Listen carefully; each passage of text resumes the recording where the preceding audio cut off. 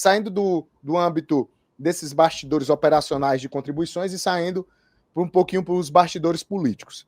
Desde que o projeto chegou no Senado, foi noticiado que o relator, o Renan Calheiros, ele tinha uma espécie de acordo com o governo federal de que o projeto seria aprovado na íntegra, do jeito que foi protocolado. Havia já essa espécie de definição, né? Tinha isso sendo ventilado. É óbvio que ele não pode garantir isso porque tem um trâmite e os senadores vão propor as emendas. Só que se você parar para ver, efetivamente o que aconteceu foi isso. O texto foi aprovado praticamente da mesma forma que chegou. Só que com essa abertura. Para quê?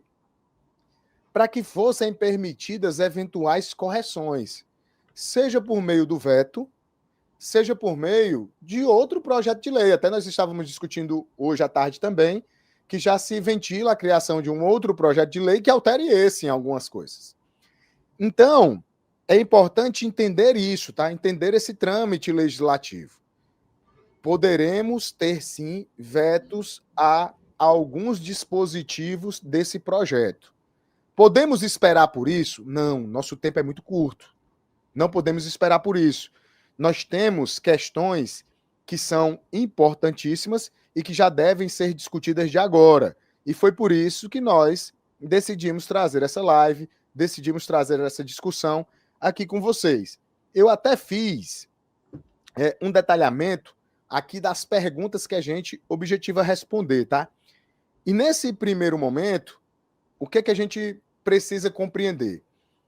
Esse projeto de lei, ele traz aqui uma promessa de campanha que foi amplamente difundida aí pelo governo atual, de que traria uma isenção do imposto de renda para as pessoas físicas que ganham até R$ 5.000. Então, isso foi amplamente divulgado, isso foi bastante prometido. Só que houve aqui uma compensação para que isso acontecesse, que é essa questão da tributação sobre altas rendas, né? Essa tributação mínima para as pessoas físicas que oferem o que o projeto de lei está denominando como altas rendas, tá? Diga-se de passagem isso, que não necessariamente, se a gente for aqui para os nossos próprios entendimentos, necessariamente a gente caracterizaria isso como altas rendas. Eu estou saindo da questão política populista dessa discussão, tá mais trazendo para o ponto de vista prático. E o que a gente pode trazer aqui como foram os principais pontos de preocupação, né? A questão dessa imposição de que os lucros do ano calendário de 2025 até 2025, para que eles não venham a ser alcançados, eles precisam estar contabilizados, né? Eles precisam estar contabilmente fechados e precisa-se ter uma deliberação sobre a distribuição de lucros. E a gente vai entrar em muitos detalhes aqui, tá? Questões bem específicas para discutir. Até 31 de dezembro, o que a gente já discutiu algumas vezes e sabe, vocês já devem ter essa consciência, que se trata de uma atecnia, porque como é que eu vou conseguir... Imagina, esquece a questão da tributação, mas pensando só do ponto de vista contábil, como é que eu vou, no dia 30 de dezembro, ou até no dia 28 de dezembro, pensando que 30 e 31, ali o pessoal já nem está trabalhando, muitas pessoas, né, contadores, não estou nem falando de empresas, que a gente sabe que o comércio funciona, como é que eu vou ter o encerramento com o término do meu exercício social sendo 31 de dezembro de 2025, e eu vou encerrar a contabilidade antes disso, né? Tendo o ano calendário de 2025 completo? A gente está diante de uma impossibilidade material para que a contabilidade seja encerrada. Pior ainda, quando eu penso nessa questão da deliberação, porque além de ter o resultado fechado, eu preciso ter discutido com os sócios e deliberado sobre o que é que nós vamos fazer com esse resultado até o final do ano. Então, esse é o ponto que mais gerou preocupação, que mais gerou discussão, que mais gerou desgaste, que mais gerou dúvidas em praticamente todos os profissionais.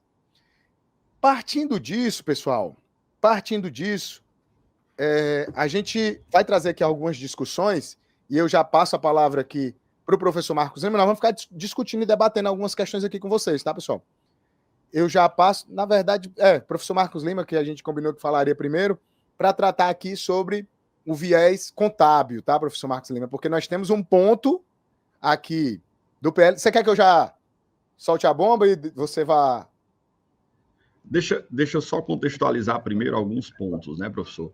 Fica à vontade. Porque assim, quando a gente pega esse momento, que aí vai para o momento contábil, da necessidade de entender uma estrutura como essa, primeiro a gente precisa entender como eu vou chegar a esse resultado para fins de distribuição. Então, a gente não está discutindo mais, a gente não está discutindo aqui o que é certo e o que é errado, porque eu acho que é um ponto lá que já foi na nota técnica.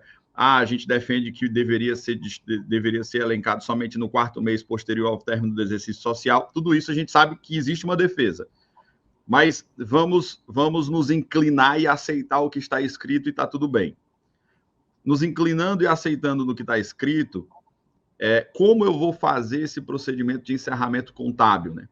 Eu posso distribuir esses lucros com base apenas num balancete intermediário? E aí eu vou compartilhar aqui as 4 perguntas que são primordiais para o nosso entendimento contábil a partir desse momento. Eu posso distribuir os lucros com base em um balancete intermediário?